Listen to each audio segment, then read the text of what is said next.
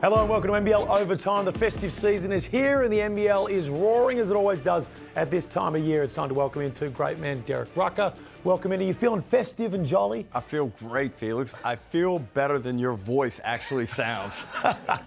There is about 300 cough lozenges and a litre of milk going through this system right now. But you know what? Just like Santa Claus, it doesn't matter the weather, it doesn't matter the conditions. I'm coming down the chimney. That doesn't really make any sense. That really doesn't make any sense, does it? If I saw you in my chimney, I'd be calling the cops. I'd be straight out of there. It is a great time to be. I love it. The 12 days of Christmas. We've got games all the time through the new year. The Christmas Day games, we'll talk about. There's just so much excitement around the hoops in the NBL right now. Off the bat as well, the open air game from Southeast Melbourne. Of course, Melbourne United coming tonight for their open air game. The wind is swirling, the rains are almost here. We don't know how it's going to go, but Southeast Melbourne did a fantastic job. Laser show, it was all happening.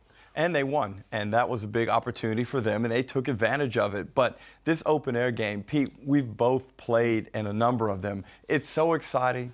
It's tremendous to get up there and shoot in the open air and see the background, the cityscape of Melbourne. It is a terrific, terrific event. Except for me, I always got my butt kicked. I will say that I played in 2 NBL games and one of them was an open air game. Oh. So I did actually get out into one. You were on the court? Yeah, I got subbed in for garbage time and I was guarding Nate Jarwai and he just drop-stepped in. That makes sense. They're so fun to be part of, right? The spectacle of it. And he said that the light show from the Phoenix, the fireworks tonight from Melbourne United. I'm on the side, I think you guys would agree, if everyone wants to be able to open the roof, it's a spectacle we want to see continue to grow. It's so unique to what we're doing here in the NBL. They did a great job. I'm looking forward to tonight. And this is all part of the beauty of these NBL hoops. I'll tell you who doesn't care about opening the roof, fireworks shows. The Illawarra Hawks. They keep playing a little entertainment centre. It's one of the smaller venues, but right now they are far and away, clearly, no competition, the best team in the NBL. And boy, did they put the hurt on the Perth Wildcats. They did. Well, Pete, I was down there. I covered the game. Packed house. The intensity, the emotion right away, you could feel it. And I never thought Perth had a chance. Bryce came out early, had his 13 points in the first quarter. But that was Illawarra. And I'm not sure if you agree with me, but I think they're the best team in the league. There are no apparent weaknesses. They've got dynamic, explosive guards. Justin Tatum has figured out how to coach in this league now, how to apply pressure to referees without being a distraction to his team. He's better with the X's and O's, and everybody that comes off that bench plays hard. They're very impressive. And again, I said it last week, I think they're the best team in the league for sure, and they're the most dangerous team because I don't think they've scratched the surface yet of what they're capable of. The puzzle pieces all fit together. The way the bench unit comes in and helps impact in games and helps dominate in those areas. They've got all these perfect pieces, and I'm not surprised they put Perth to the sword. We'll talk about Perth a little bit later, but all the talk of Bryce Cotton coming in trying to make another 40-point game and continue this run, you do not need a reason for this Illawarra team to think, we don't want to be on the other end of that. They take that stuff personally because as a group that they don't want to be part of history on the wrong side. Just a little bit of added motivation. Justin Tatum talks in the press conference. They've got egos the right way and the way they go about it. And again, it's all led by Trey Kell right now. Trey Kell has been phenomenal. What a pickup that he's been in the offseason. He said, Justin Tatum called him, said, I want you as part of this team. And Ruck, we're seeing it. He can put up 31 points any given night. And that slide that Illawarra had, it coincided when he got hurt against Melbourne United and he had to miss time. They lost their rudder, and that rudder is really dynamic. He can shoot the ball. He can attack the rim. He's a very intelligent player. And it takes so much pressure off of Tyler Harvey. Now when Tyler Harvey decides to inject himself into the game, he goes bang. All his points make noise. Well, you look at this right now, and this is across not just the Hawks, but they've been the most of which for this one. But every single team seems to, whatever they took over the fever break, they are scoring at will, and we are getting high-scoring, entertaining games. Defense, it was left in the fever break, and you know what I say? Stay there. Never come back. Yeah, but not just for the Hawks. You talk about how good they're playing offensively. The fact that they could do the job defensively on Bryce Cotton and the Wildcats as a whole, yes, the Perth Wildcats have other offensive threats. Windler's had some big games. We know that Henschel can fill it up when Pepper comes in, Pinder. They've got all these other pieces. For them to be sticking to the game plan that Justin Tatum drew up defensively to, one, limit Bryce Cotton or make his life as tough as possible and then still put up 120 points in that game, I don't think there's any other team in the league that could have that effective be on the defensive end and still dominate and put up 120. No one else is capable of that. And usually, Pete, when you're trying to stop a dominant player like Bryce Cotton, you're willing to sacrifice somebody else on the team scoring.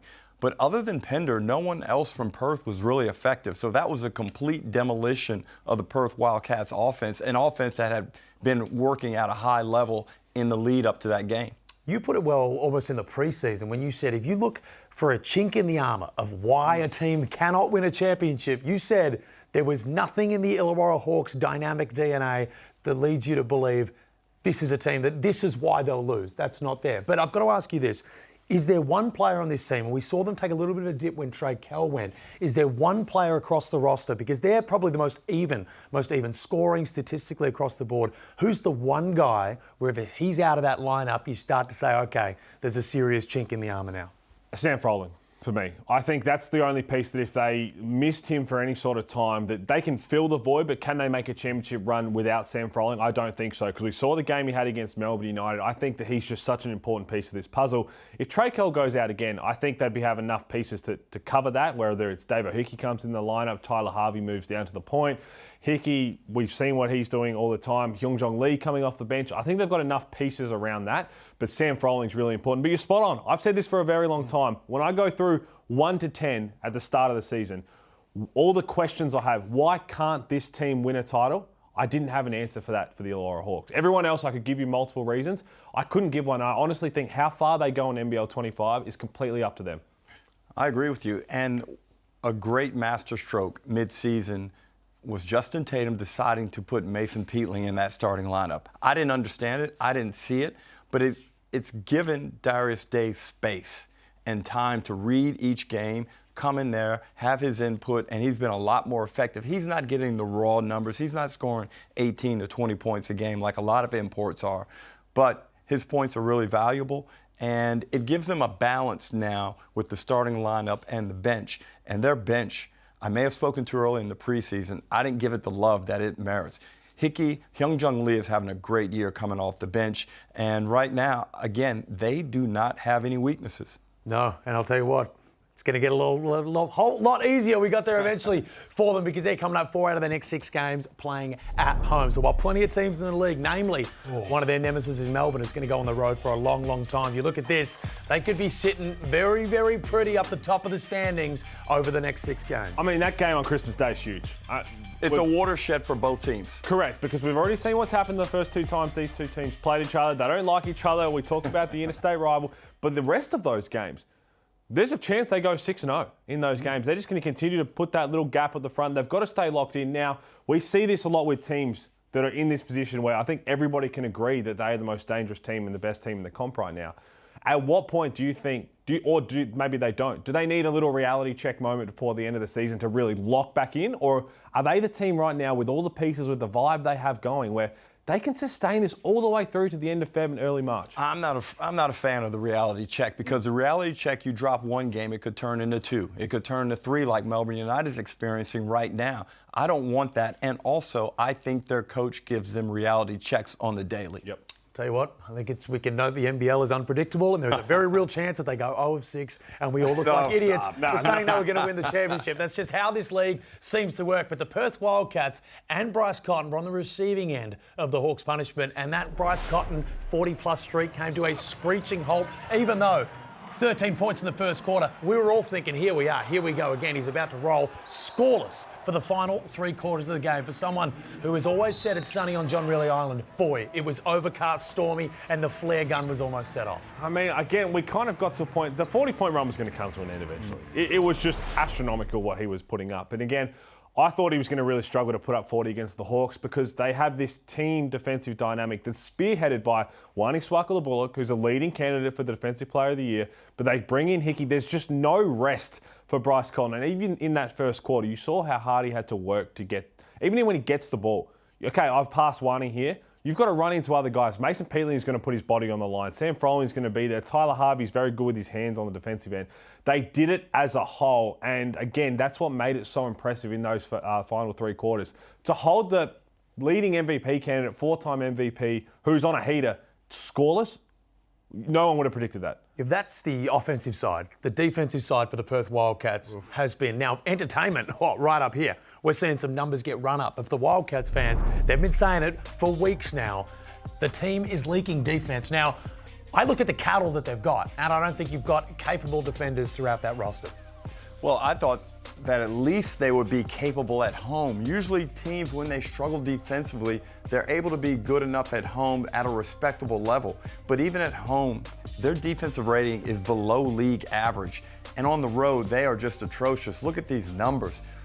Like, that puts so much pressure on your offense, and in turn, the more pressure you put on your offense, the more pressure you're actually directly placing at the hands of Bryce Cotton. We spoke on Moments That Mattered a couple of weeks ago, Ruck, and you said that maybe this is the year with the offensive numbers the league's been putting up since the FIBA break, that an offensive juggernaut can go and win a title. I still stand by the thought that defense is going to matter. Defense is going to matter when it comes to a 3-game and a 5-game final series. If you can't lock up when it matters most to any sort of degree, you're not going to win a title in the NBL. But Pete, let's hit this scenario. A team like Adelaide or a team like Perth, okay? They win a game at home. They lose a game on the road in a 3-game series. They have so much offensive potency that they could go steal one. They could still be terrible defensively in a deciding game, but go and steal one. Bryce goes for a 45. Montrez goes for 35. That's the danger of messing around with one of those teams that are really high-powered offensively. I agree with you, except for the fact that both those teams would have to play away games, and they do not like to travel, and they've shown that defensively, their defense, it gets even worse on the road. When you look at Perth's roster, though, now Ty Webster, I will say that he's a solid defender, in my opinion. He's out for a while now. Who up and down that roster do you look at who you're going to sit there and call a good defender? And I'm not saying an elite defender, I'm saying a good defender. No one. Oh, I think Christian Doolittle is a great defender. Yeah, but who's going to guard Trey Kell? He can't guard Trey Kell. If we're talking about guard defenders, who is able to guard the point guards or the shooting guards, Christian Doolittle is probably not that guy. He's a phenomenal defender. We saw what he did last year. He's an important piece. Ty Webster would definitely help the cause, for sure. But you're right. Maybe they just don't have the cattle. Well, that's the hard part, because I look at everyone saying, the Wildcats can't play defense. It's the way that the team's made up. The coaching staff at the Perth Wildcats can only do so much with what they've got. We said the same thing about South East Melbourne, but I still think they've got a few guys who can actually get down in a stance and defend. We'll talk about that when we get on the South East Melbourne. Well, you know what? Because I think your wish is my command. Let's go straight to it. The South East Melbourne Phoenix put the heat on Adelaide. Montrez Kendrick Davis returned to John Cain Arena, the scene of the crime, and I'll tell you what, it was not pretty at all. They were dominated in what was a fantastic event overall for the NBL, but for Adelaide fans, a disastrous night. South East Melbourne are turning into something. They're number 3 in the league defensively. And Josh King, with all the hype he came in with as being some type of mad scientist, lunatic-driven coach, he's more than that. And it was a bit of a smokescreen, I think, that he put out. I watched some of the behind-the-scenes stuff of the Southeast Melbourne. He's far more composed and poised and instructive in training than I expected him to be. And he's got some guys like Nathan Sobey. Derek Walton Jr. came back, was very good. Foxwell, all these guys are playing at a really good level without relying on one player to be exceptionally brilliant from game to game. The segue from Perth, you talk about maybe not having the cattle defensively. We all sat here and we looked at this team right before they even had Josh King, even when it was Sam McKinnon, and all of us said, I just don't think they have it in them to be a good defensive team. I sat down for a huddle with Josh King this weekend before the open air game, and he said part of him trying to bring his defensive game style and the team understanding that's the kind of coach that he is as players, you've got to believe it too. And as you said, they're the 3rd best defensive team. They found something. They did. And I think we still look, if you look at this roster that's put together top to bottom and without all the results, historically speaking, from the guys that we know, there's not many leading defensive players in there besides Matt Kenyon, who we haven't seen for a long time. So this all goes to Josh King. To be able to come in and then instill this in a playing group to say, you know what? We can play D, and we're going to do that at a high level. That's why they're making a charge up the ladder, and that's why they're going to have a say in this postseason. But, Pete, there's a difference between the Perth perimeter players that we discussed. I don't think some of those guys are physically equipped to be good defenders, whereas I believe Southeast Melbourne, they've got Glover, they've got Sobey. They actually have the meat and the talent to go out there. It was either an instruction and a direction issue, or it was an effort issue and he's coached effort into them? I actually think what makes a good defender personally and as a team is between the ears more so than it is physical. I think that you have to want to be a good defender to be able to do that. Jesse Wagstaff said in the press conference for Perth, he said he just doesn't think that his team cares enough in the moment. And he's talking about the defensive end, all those little things, the intangibles. Josh King's done that for this team, but you mentioned Derek Walton Jr. How good was it to see him back in full flight? This is a guy who won a championship. This is a guy who won a finals MVP, 28 points. He gets to his mid-range. He looked confident. He had that swagger about him once again. And if he's playing like this, we talk about their ceiling. I'm not sure what their ceiling is anymore. They're starting to rise, Aren't man. they? They're starting to absolutely ride. And we said at the start of the year with this roster, a couple of people said even Mike Kelly for Coach of the Year because we thought this roster was going to win a lot of games. And I'll tell you what, there's plenty of season to go, Derek. Basketball in late February, it's no longer just, hey, let's fight to make the play-in and sort of salvage this season. It's, hey, we can compete. This is a team that is playing at a championship level. Well, we know one of the key elements to being a championship team, along with being a really good defensive team historically, is having that lead guard, having that point guard, having that number one. And this guy's already won a championship, so he knows what it's about.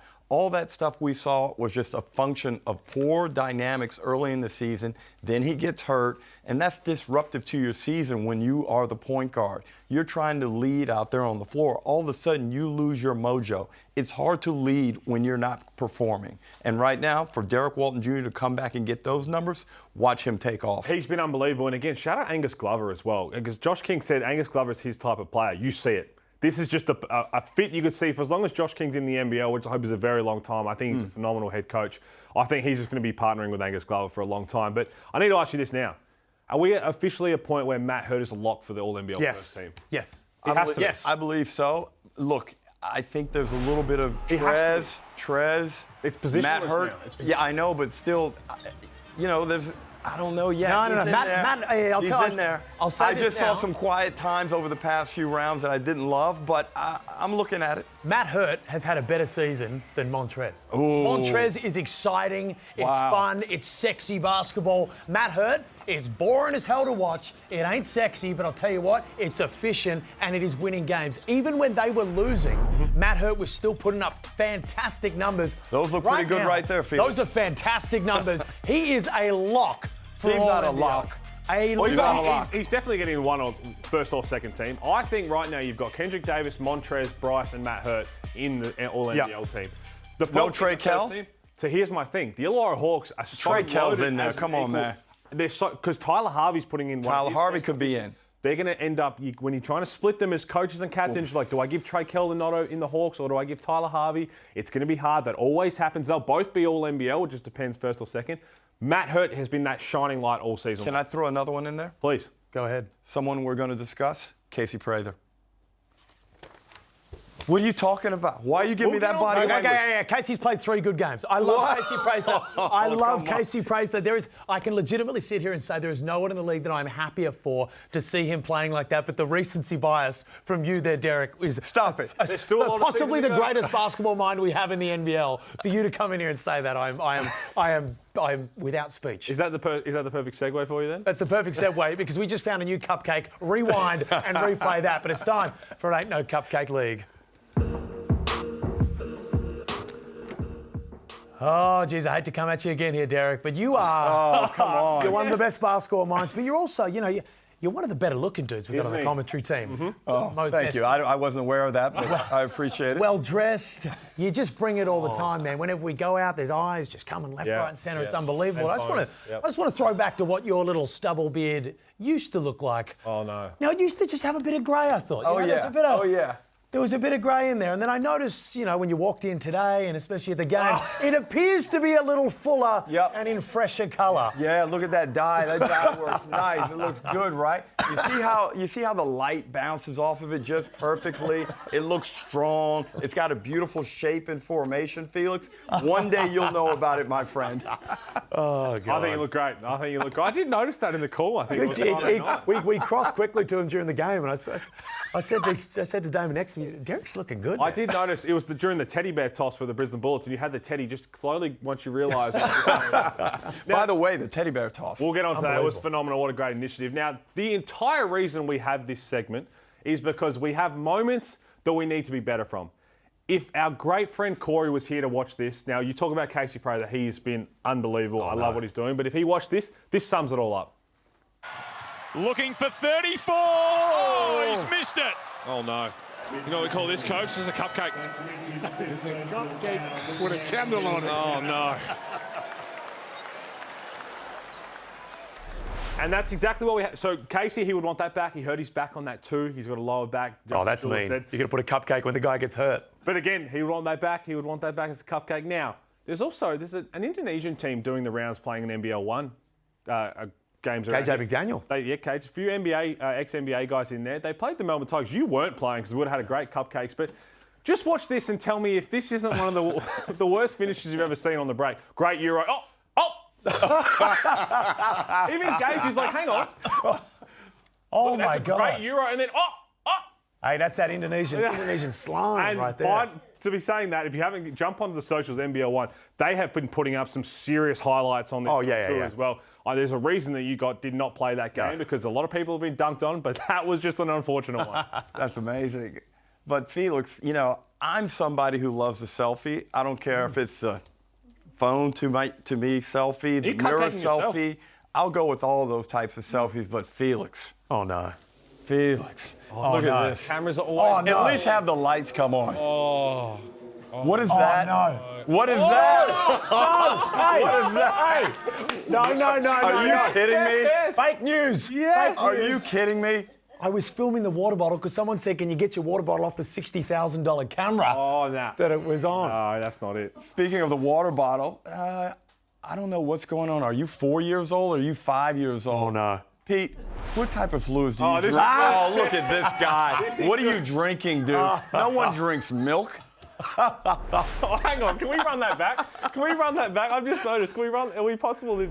Have a look at D-Rock. What are you looking at, D-Rock? Wait for it. Oh, Is that a house? What the hell? What the fish face is going on there? He was looking at himself in the monitor. That wasn't supposed to be about me. Well, I'll tell you what, we got a problem here because we got to cut to a break and we are all out of milk. So it's time to get a refill. We'll see you on the other side.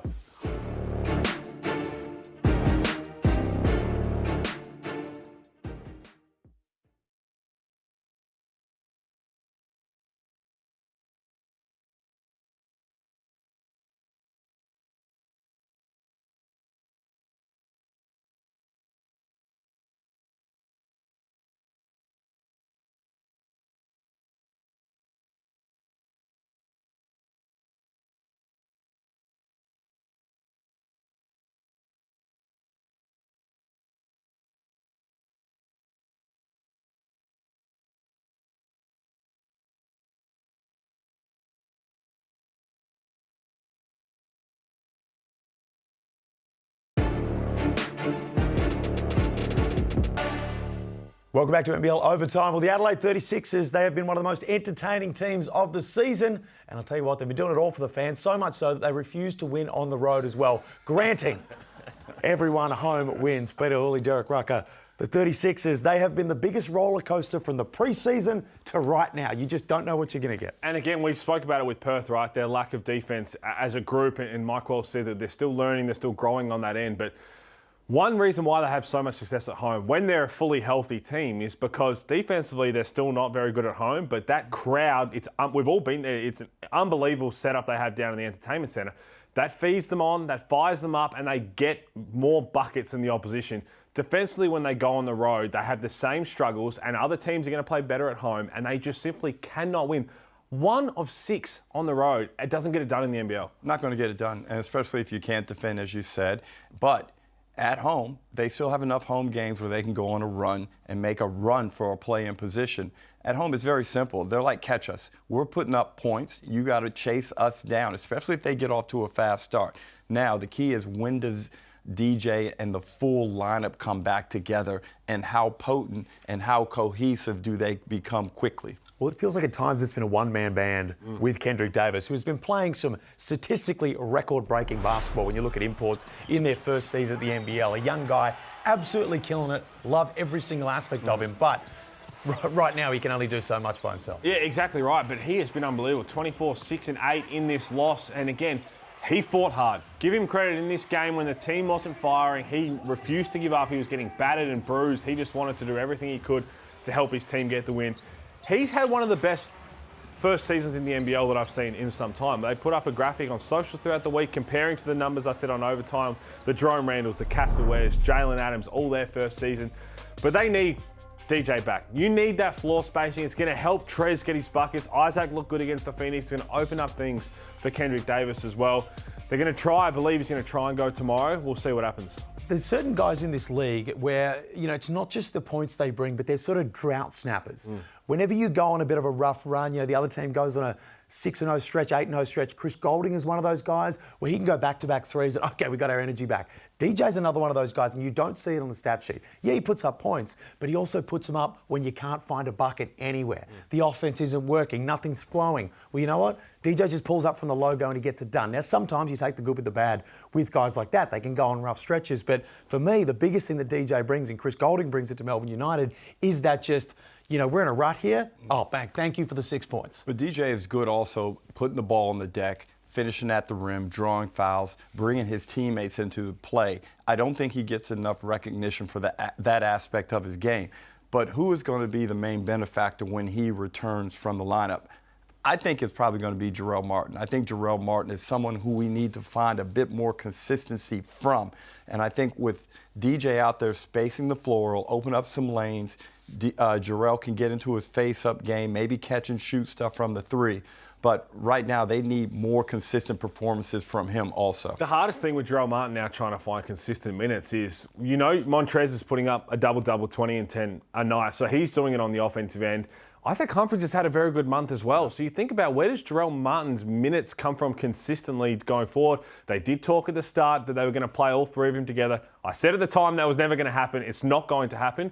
But how do they get that going? And again, is Jarrell Martin going to get in there by playing defense? Is that the way that... Is Mike Wells just saying, I need someone who's going to lock up? Because one-on-one defensively, if you actually watch Kendrick Davis, when his players got the ball, the way he crawls in, he's very good in that aspect. One of the best in the league. But what happens when someone sets a screen or goes by? Is there enough help there for everybody as a team? Team defense, they're not on the same page. You mentioned before Kendrick Davis. When the going gets tough, he's still right up and in. The body language is great. Did you guys see the same from Montrez in that game against Southeast Melbourne? Because I thought personally he dropped his head, he was complaining about calls. It wasn't the energetic Montrez that we usually get. And is it a worry now that we start to move into a territory for the Adelaide 36ers where the finals are looking very unlikely? Very unlikely. Is Montrez going to be a bit of an issue in that regard? Well, we saw a tweet. We saw this tweet, pop out throughout the week. And again, it was doing its rounds on NBL fans and saying there's been interest in Europe teams. And we spoke about this, that there's going to be NBA teams to have a look at him post-season. It was inevitable. He's got no outs in his contract, right? Dude, the tweet of that sounds like he's from The Sopranos. Andrea Calzoni. But so this is his numbers this year. He's been phenomenal. We talk about an All-NBL first teamer for sure, in my mind, in Montrez. He's been unbelievable. As I said, there's no outs in his contract, whether it's Euro or NBA, and it was in Code Sports talking about how Adelaide said, yep, we've had phone calls, but we have no desire to let our man go. The question that you're raising there is, what happens if they lose their game on Christmas Eve? They then play Perth Wildcats. If they won't, I don't think they drop both. I think they win both those games at home. But if finals then become a far cry, if they can't make finals, we've seen it happen in the past where, well, I'm here because I wanted to try and win a championship. If that's not possible, then there's a serious discussion to be had. But Pete, this race for the play-in position is going to be so tight. If they win those two games, as you say they will, they're going to be probably in 6th or 7th place. So certainly I think based on the way Montrez has conducted himself thus far, he has shown a willingness to stay here and fight it out and be a part of that group. And I would be surprised if anything changes from his perspective. No, I'm with you. I think what it does is puts more emphasis on these next couple of games for them to win. For that reason, because human nature, and we've seen it, as I said, in the pro sports, it's inevitable that if they start to drop a couple more games that they need to be winning, then that's going to continue to grow. That little seed is going to grow. It's inevitable. That's how they need to keep winning. And as I said, a lot of people think Tassie are done now because of the Will Magnay injury. They think they're going to drop around. Brisbane Bullets, how bad's James Bateman's injury? So everyone else is losing games around them. So you're right. They can easily sneak into a top 6. I thought they were done before the Will Magnay injury. I we just want know. that. I don't want that being used as a scapegoat for when I said that Tassie, we're going to struggle towards the back end of the year. I don't want this injury to be say that's the reason. No. I trying to let you away because you're going down there on Christmas Day. I tried to avoid that. The Tassie faithful know that. I've seen some people have sent me signs. They have signs. They know where you're staying, and I'm trying to protect you. Somerset, I believe I'm saying it. Okay. If anybody wants to attend there, it will be very, very lonely. But anyway, the Sydney Kings were on the ropes to the New Zealand Breakers, and it was an unlikely suspect who's having a bit of a purple patch in form in Quatnoy, who came out and just lit New Zealand and tore them a new one, for lack of a better term right now. The Breakers cannot catch a break, but the Sydney Kings, they got a win that they needed to get. Well, you know, Quatnoy loves playing in New Zealand. We can go back a couple of seasons ago to that Game 2 performance in that championship series against the Breakers, where he basically saved the Kings' championship aspirations. And he did it again. Came off the bench, went for 20+. And I like the way Quatnoy has performed this season. As we look at the candidates for Sixth Man of the Year, and Quatnoy plays the least amount of all of those guys, which is surprising. But look at his shooting, and it's not necessarily the raw numbers, it's the fact that he hits clutch shots. And when he does have a bad one, he bounces back. You rarely see a streak of bad shooting performances from Quatnoy. He's done it a couple of times this season. You remember a few weeks ago against Tassie down in Launceston, I believe. He came big in the fourth quarter, knocked down some big shots. So he's going to be a candidate. We've seen the Sixth Man of the Year keeps fluctuating because players have been starting, they're coming off the bench, they're doing all of this. It's going to be whoever survives most coming off the bench with how they're performing. I think that award, more so than MVP, where team matters and numbers matter, I hope that is voted on in terms of the important. You saw Dave O'Hickey's numbers in that. They're lower than everybody else's, but if they're going to be the top team and the best team in the competition, he is a massive part of that. I think that holds a little bit more weight in a Sixth Man of the Year, but quite annoyed the way he's playing. He'll be right in that conversation as well. What about one of the best aspects of this game, the Sydney versus New Zealand contest, was the next stars battle between Karim Lopez and Alex Tui. Alex Tui back into the starting lineup in this one. Both of them were electric. It's still, it beggars belief that Karim Lopez has another year to go in the NBL. So we don't talk about as much of the NBA stuff with him, but Alex Tui, one of his better games of the season in this one. He was terrific. And again, you think about it, he went through a patch where he kind of fell out of the rotation, and for a second-year guy, to be able to stay locked in and be ready for your moment. He was huge, this big three-ball, double-double.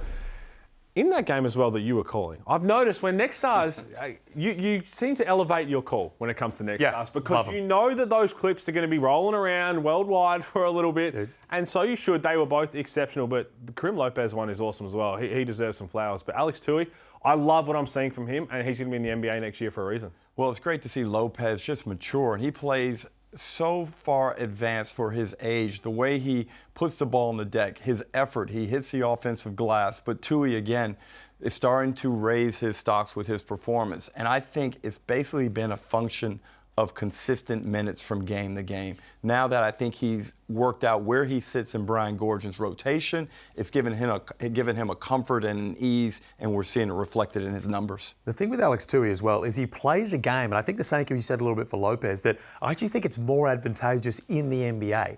You look at a guy like Furphy, starting to put up some good numbers, sort of similar game styles to an extent, but Tui is a guy that I really genuinely believe when he gets to the NBA, not if, when he gets to the NBA, we're going to be blown away with some sort of Joe Ingles type. Wow, we knew he was good, but we didn't know he was this good. I think it's the size, right? I know the comparison to Johnny Furphy, I can understand that, but he's probably better suited to the NBA frame-wise than Johnny Furphy is right now, for sure. I mean, Johnny Furphy went over the year at college and then transferred to the Pacers, but the size and his ability to play both ends and get out on the break, that's what's going to really help him on the next level. And I think it's a sleeper pick for sure. Well, I have the fortune of seeing the Kings so often, but it's his strength. So you're talking about the size, which is great. You do need that size, but without strength to accompany it, the size isn't any good. So, and he's also fluid. He can put the ball on the deck out in the open court. The thing I really want to see is that catch and shoot jumper just become really wet.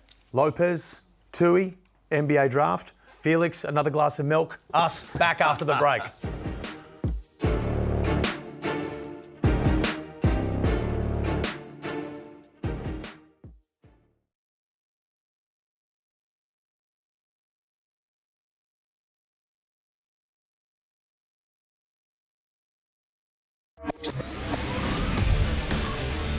Hoping Bryce has a big day. The Hawks are hoping Tyler Harvey has that today. Perth steps back. Wow. That is tough. Yeah, he's a professional bucket getter. Can the Bullets get it back? Cook for three! Keandre is cooking!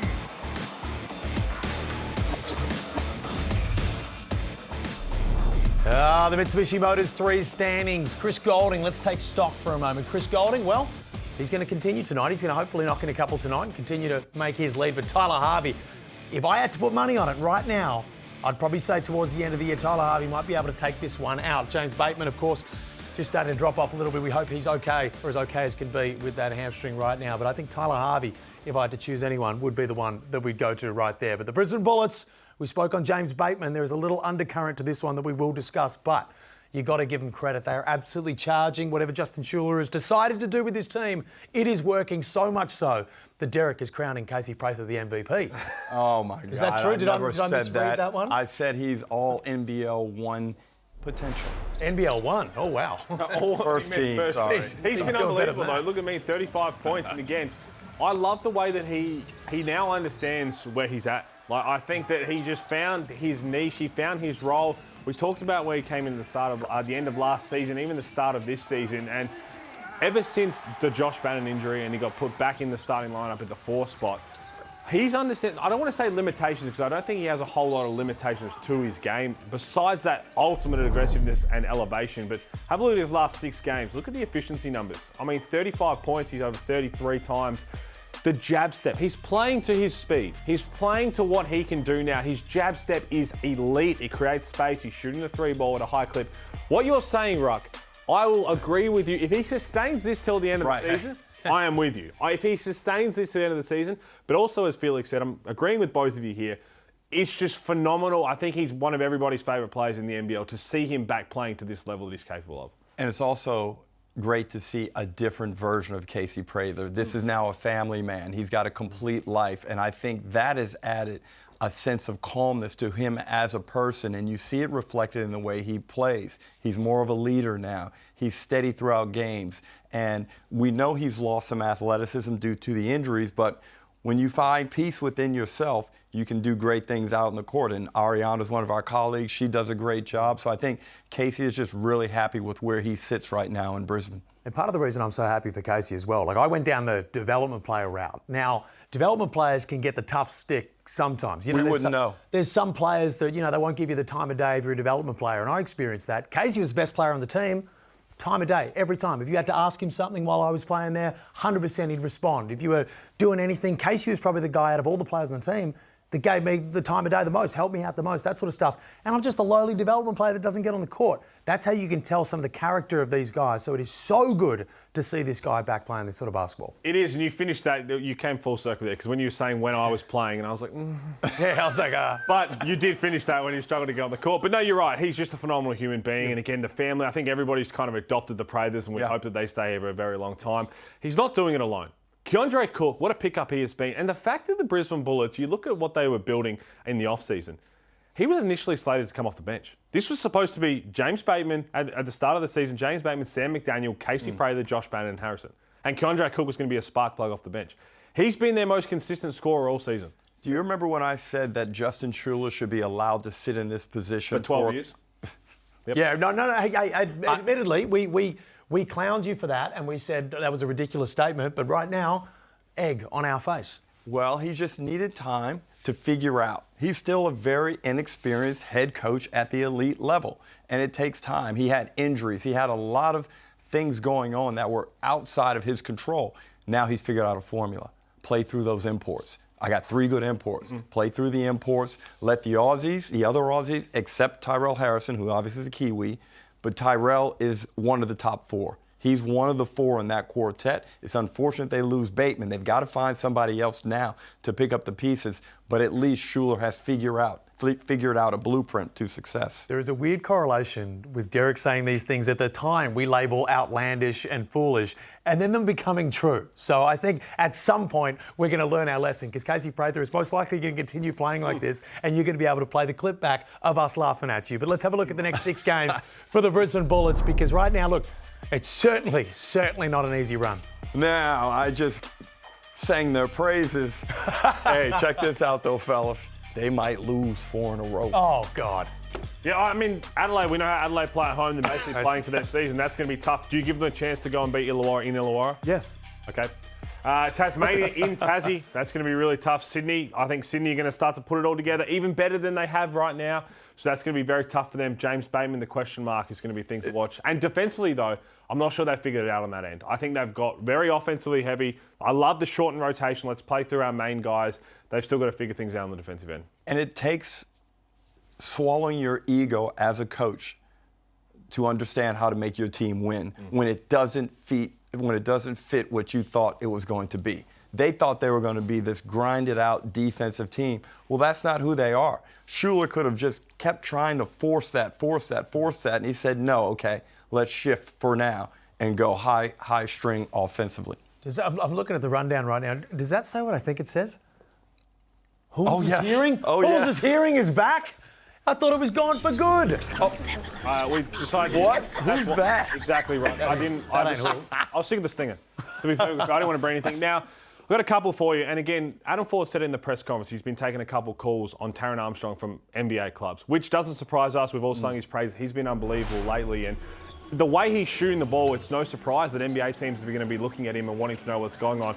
I can confirm there's a few teams that have reached out to 40, so much so that when the NBA eyes come down to the NBL in January, they have now added the Cairns Taipans to their schedule. So they want to go and see the Cairns Taipans play. They want to go and see what this young kid can do and potentially be in the future. The way that he's shooting the three ball is what's capturing the eyes. Everyone knows he's got a great floor vision, his size, his feel for the game, his handle, all of that's there. It's been the outside shot. But this is the NBA prospect that we've been so high on. Well, I wasn't that high on him coming into the preseason, and we're supposed to be impartial. But when he's playing, I make sure I watch every moment that he's out on the floor because I enjoy how he plays. I like being a fan and just seeing how he manipulates situations because he plays the point guard position so much differently than I did. He's got height, he's got length, and it's good to learn watching him play and actually watching him learn also. It's just, let's just hope that he's able to stay healthy for the balance of this season.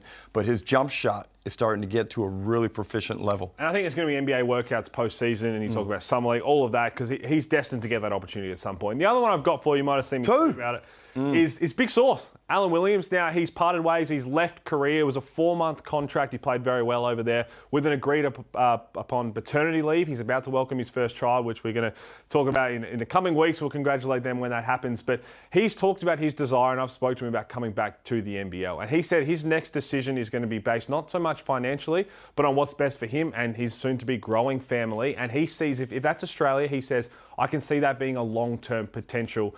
And you can think about, okay, next year, we'd love to have Sauce back. He was a walking double-double. There are a couple of teams who, I want to float it to you guys, who are not going to approach that cutoff of 7 or 8 games that could get him. You look at it, Brisbane and Adelaide have only played 16, so if James Bateman's out, could it be Brisbane? Are they picking up the phone? South East Melbourne don't play until New Year's Eve. They've only played 18 games. There's a couple like Sydney, Perth, they're 18, 19. They're probably going to miss the cutoff, but maybe it could be an injury replacement. Is Sauce aware that you're not going to be coaching the team? We haven't discussed that yet. Okay. There are some pieces floating around. But I'd love to see him back in the league. I think he's one of the favourites. And the fact that he's talking about family long term, we see that with Bryce Cotton. We've seen that now with Casey Prather. It becomes that home. And hopefully one time, if it's not this year, maybe next year we get him back. Casey Prather playing MVP level basketball. Sauce back in the Now, league. see, you keep putting Santa words Claus, in my thank name, you very and much. That's not even what I said. You're putting these words in my mouth, man. Come on. Break time. We'll talk to Derek.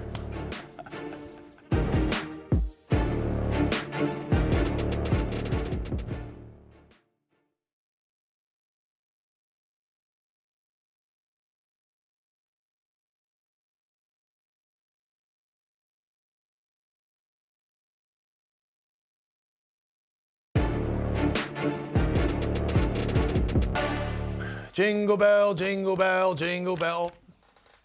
Thanks, guys. They told me they were going to join into that. But anyway, let's just get straight to the full framer because let's have a look at the Christmas Day games. Where are they playing? We've got 2 big ones going on. Melbourne and Tassie. That's coming up later tonight. We're going to preview that a little bit later. But the 24th, Christmas Eve, formerly known as Adelaide and Brisbane, Tasmania, New Zealand. But the one that we really want to lock in, the game of all of those, Sydney taking on Illawarra. Yeah, it's going to be really juicy. I'm really locked into that Christmas Eve game too, because that's a lot of potential for teams, seasons to take a halt, or some to continue to go forward. But yeah, Christmas Day, it's always fun. 2 games as well. We love it. That's what I said. You're going to be welcomed very nicely down in Tassie, I heard. They're going to roll it out. I've heard they've got you on the billboard as they do at the airport as well. Luckily for me, they hated me before I made the disparaging comments about their team, which I stand by. But they hated me before that, so nothing's really changed. And it's funny because when you go down there, I'm pretty sure when you're not doing your work, you stand right underneath the championship banner. So I hope that someone gets a photo of that. That's going to be perfect. But low-key, that's a big game also because it could kind of reverse this trend Tasmania's been on, or it could elevate New Zealand again. New Zealand are looking for anything to try and find some momentum, and without Magnay, they get an opportunity to capitalize. It was heartbreaking for them as well to lose that game to Sydney after they had them on the ropes for a majority of them. But there is going to be a good matchup. Xavier Cook's coming up against Sam Froling in that Sydney-Illawarra contest. That's probably your marquee one when you look across the board on this game. Now, Ruck, I know we were talking about it a little bit in the ad break, but Sam Froling, when he has undersized opponents, if the Illawarra Hawks go to him early enough... If they go to him. No, if, not if. They go to him. If, with an F, not a V. So, yeah, they really can run up a score, and he can be ultra aggressive. This is the Sam Froling we want to see, and I hope they do that. But Xavier Cooks has been quietly going about some really dominating basketball as well. He just does it super efficiently. He attacks on both ends. He's really good defensively. He's averaging better numbers than he did in his MVP season. And I just think he's really just, sometimes when you've got a known commodity that you know is elite, you forget about them with the shiny new stuff going on. But I think Xavier Cooks hasn't been disrespected, but he needs to be spoken of a little bit of higher regard with the season that he's having. That's correct. And both of these guys, I like the fact, Pete, that they step up in big moments. Sam Froling is starting to get that reputation now, especially on the back of that semifinals performance last year against Melbourne United. And Xavier Cooks, we know what he's made of. But one of the things I don't like about Xavier Cooks being on Sam Froling is Sam gets into a lot of on-ball stuff, and that's going to expose the weak side, the help side defense if Zave is having to get out there and stop the ball. Now they get into trouble, and Sam gets right to his strong point, which is around the rim, and the Hawks do a really good job of either getting the shot up or getting the basketball to him. My biggest question when it comes to the Christmas Day doubleheader, What? you're both working different games, is who's going to be the most dominant performer on the night? Is it going to be you down in Tassie, or is it going to be you in Sydney? Oh, wow. It's tough. Well, you know what? I'm up against it. I'm up against it in Tassie versus in the Harbour City there. There's a little bit more that you can get up to and you can go around. But someone who's not up against it and hasn't been for the last 3 games is Jalen Adams. He has been flying. And the Sydney Kings, well, they ride the roller coaster of the Jalen Adams form because Brian Goorjian has said it before. They have one point guard on this roster. One pure point guard on this roster, and it's Jalen Adams. When he's firing, they're very, very tough to beat. They are, and I think that he started to show us in games like this when he kind of takes over that. I'm interested in your thoughts, Ruck. When he's playing like this, when he's at his complete best, he's the best point guard in the competition, right? I agree. And you can just see his mobility and the way he's moving is so much better now since the back injury has gotten better over the past 2 to 3 rounds. He wasn't explosive early in the season, and that's to be expected when you have a lower back injury like he had. So now the Sydney Kings look like a totally different team. They still have to figure out who is going to play alongside him effectively until Bull Quall works his way back into the lineup, because that's going to be one of the problems on Christmas night is Illawarra have all these good guards. How can Sydney match that Illawarra army of perimeter players? It can't be Adams on its own. Somebody else has to come along with Jalen and perform. Derek, can the Sydney Kings win a championship with their lack of height? I don't think so. Big source. Oh, Ooh, wow. is that, hey, we know the Kings have got cash. Wow. The Kings can move into the luxury tax if they choose. Are they on that list of teams that... They need I rebounding. had numbers They of how many need games. rebounding. They Sydney- attack they played- second chance points, though. They do attack. They attack on the offensive end, yes. They will be their 19th game, so you'd have to get him here straight after, which would be very unlikely. Okay, very unlikely, but I'll tell you what, let's find something that's a little bit more likely, and it's been rolling the last couple of weeks. Trend is your friend, all thanks to our good friends at Sportsbet. There we go.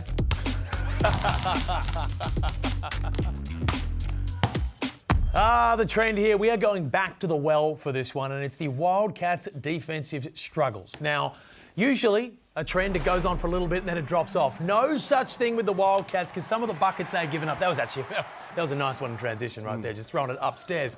But they are leaking points like no other team in the league right now, and especially since the FIBA break. Pete, is this something that you can see? We've spoken about, and the reason I think this one is a trend that is going to continue, and I don't think that the traders and the markets can really keep up with just how poorly this defence is, because that first sample size at the start of the season was a little bit better, so it skewed the market a little bit. We've said, or I've said, they don't have the cattle to play defence. John Riley, Jared Martin, the coaching staff at the Perth Wildcats, they can do whatever they want. They do not have the cattle to play defence. I think that because of now, it's going to be highlighted even more with the recent results, as you said, but even us talking about it and being in the media, this is the chance now for the players to say, you know what, we can do it. The Phoenix showed that you don't have to necessarily have the cattle. But no, Phoenix got cattle. Phoenix got better cattle. They might have better cattle defensively, yes, but again, we all sat here and said, looking at it, they can't be a great defensive team, and Josh King has proven that a lot of it is between the ears. But I think I'm with you. I struggle to see where it's going to come from. I think they play in Adelaide on the 28th. That game could be 180 to 179. Is that a summer shootout game? No, it's not. No, it's not. Anyway, actually, the producer's just telling me I've got to stop talking about defence. Yeah, no, I've got to stop doing that. We're coming to a break. Preview coming up next.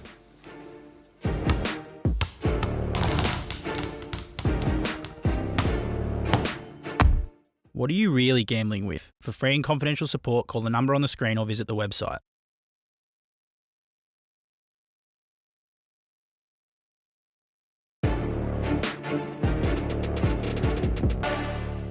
NBL action on a Monday night. Melbourne taking on Tasmania in the open air game. It is set to be a thriller. Southeast Melbourne, just on Saturday night, had their open air game. It was one of the best, and now Melbourne, the big brother, gets to answer back. Pete Hooley, Derek Rucker, the last time they met.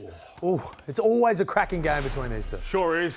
Again, down in Tassie, it's different at John Cain Arena. Tassie love playing in John Cain Arena. We've seen that over the course of the last 3 years, really, but this goes back to round two. It's been a long time. The teams have changed a little bit. Melbourne United went on a run. Now Will Magnay's injured. So I don't know how this game's going to play out. I'm looking forward to seeing which way it goes. Pete, you can never count Tassie out. Ever. And as the season progresses, they defend, they play together. It's never going to be easy to beat them. We saw them get blown out a couple of times early in the year. I don't think we're going to see that anymore. This is going to be a really tough game to determine who's going to be the winner. Look at the points against Tassie. They have the best in the league in that and holding teams to a low score. When everybody else is just worried about offense, they've locked in for that. And Melbourne's stats have dropped off a little bit considering they've been on some losing streaks. So it all sets up for a juicy encounter. It's hard because, look, Melbourne United, they're struggling, man. They're struggling the worst they've done almost in their entire history as Melbourne United since they turned into that. This little stretch has been terrible for them. You look at average losing margin, and Tassie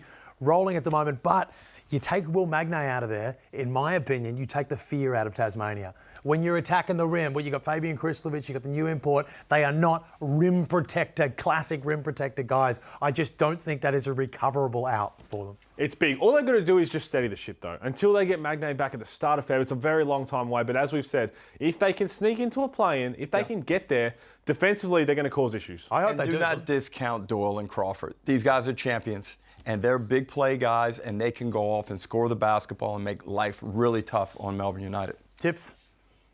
Melbourne at home. They know how to play with the roof off.